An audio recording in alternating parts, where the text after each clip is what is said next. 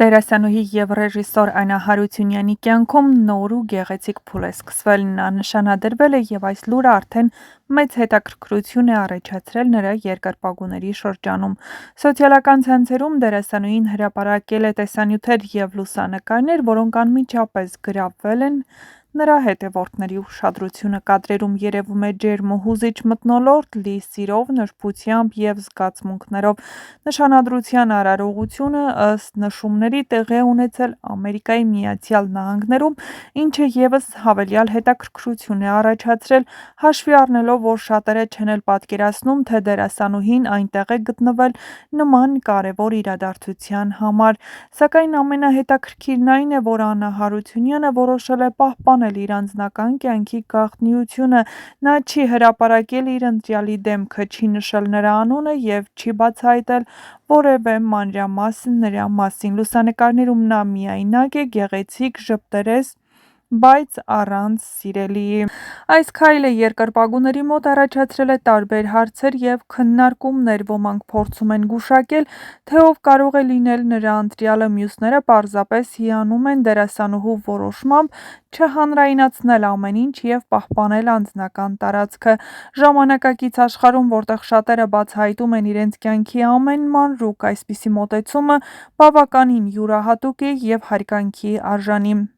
Հատկանշական է նաև, որ Անա Հարությունյանը միշտ աչքի է ընկել իր համեստությամբ և ինքնատիպությամբ թե արվեստում, թե կյանքում: Նրա այս որոշումը ևս մեկ անգամ ցույց է տալիս, որ նա նախընտրում է պահել իր իրական զգացմունքները հեռու հանրային աղմուկից: Չնայած նրան, որ նրա ընտրյալի ինքնությունը դեռևս գաղտնի է, մի բան արդեն ակնհայտ է՝ դերասանուհին երջանիկ է, իսկ դա ամենակարևորն է: Նրա երկրպագուները սոցիալական ցանցերում արդեն սկսել են շնորհավորանքներ հղել՝ մաղթելով սեր, ներդաշնակություն և ամուր ընտանիք: Հնարավոր է, որ ժամանակի ընթացքում Անա Հարությունյանը կիսվի ավելի շատ մանրամասներով, բայց այս պահին նա ընտրել է պահել այդ գեղեցիկ պատմությունը որպես իր կյանքի ամենաթանկ պահերից մեկը: Իսկ դա միայն մեծացնում է նրա շուրջ հետաքրքրությունը: Հիշեցնենք, որ դերասանուհի Անա Հարությունյանը հյուրընկալվել էր Ամալիա Հովհաննիսյանի «Լայֆ Ռում» հաղորդաշարին, որը այդ անգամ վարում էր Մեհեր Բաղդասարյանը և անկեղծ խոսել ոչ միայն իր նոր ֆիլմի նկարահանումների, որոնք ընթանում էին այդ ժամանակ, ձեռք բերած առողջական խնդիրների մասին, այլև Սոս Ջանիբեկյանի հետ համբույրի տեսարանի, նախկինում իրենց սիրահարվածության մասին և պատասխանել Միքայել Պողոսյանի հետ սիրավեպին վերաբերող հարցերին: «Ես համարում եմ՝ ինչ եղել է մեր միջև, եղել է կյանք իր դրական և ոչ միշտ դրական պահերով: Համենայնդեպս, կյանքն ինձ ապացուցեց հետևյալը, որ սերը տարիք չի հարցնում և հետո եկավ ապացուցելու, որ ոչինչ հավերժ չէ լուսնի տակ: Կյանքն ինձ ապացուցեց ամենակարևորը՝ ինքս պիտի դառնամ երջանիկ մարդ, որպեսզի երջանիկ մարդու հանդիպեմ, որ ծնվի այդ հրավառությունը: Չեմ համարում, որ որևէ մեկն անպայման պիտի գա մեր կյանք, որ մեզ երջանիկ դարձնի: Գուցե գա, որ ավելի լավ է դարձնի: Հիմա կարծում եմ, որ մարդիկ երկու պատճառով են գալիս՝ կամ մեզ սիրելու, կամ սովորեցնելու: Երբևէ չեմ խոսել անձնական ապրումների մասին, դրանք այնքան թանկագին են, թեկուզ վատ ապրումները, որ չգիտեմ ինչ ասել: Եթե նույնիսկ պատասխան է, ապա միայն շնորհակալության տեսքով այն հարցին, թե արդյոք նոր ֆիլմով ինչ-որ բան է պատասխանում Միքայել Պողոսյանին: Ոչ թե ինչ էլ լինի, ես շնորհակալ եմ կյանքին, այլ այն առումով, որ առնչվելով նման արտիստի հետ, գոնե մասնագիտական առումով այնքան բան կարող ես սովորել, այնքան բան գեներացնել և այսօր վերադարձնել, որ եթե մի պատասխան լինի, ապա միայն շնորհակալության տեսքով, անկասկած: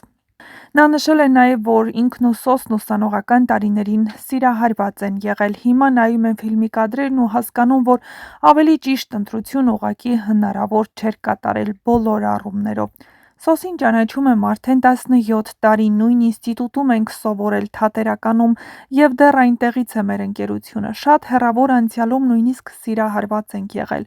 Ուսանողական տարիներին երկուսս էլ շատ էինք կարդում ու երբ հանդիպում էինք, աֆորիզմներով էինք խոսում: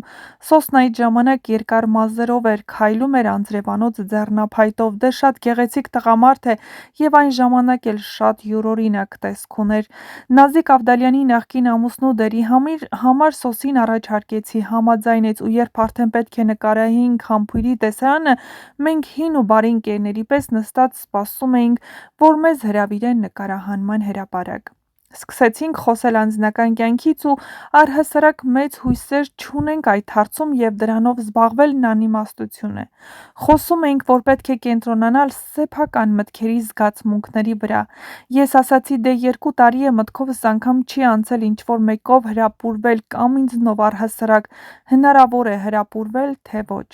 Եվ վերջապես մեզ հրավիրեցին նկարահանման հրապարակ, սկսեցինք նկարել համբույրի տեսարանը, ի դեպ շատ գեղեցիկ ստացվեց կինեմատոգրաֆիայի առումով և շատ ուշ ստոպ տվեցին սրիկաները, երկուսով նայեցինք իրար ու միաժամանակ ասացինք՝ բայց այդքան էլ վատը չէր, իմ և Սոսի տանդեմը ֆիլմում համարում եմ իսկապես կայացած, սա չեմ ասում որպես ֆիլմի պրոդյուսեր կամ ռեժիսոր, այլ որպես դերասան և ինձ համար գերագույն հաճույք էր նման խաղընկեր ունենալը։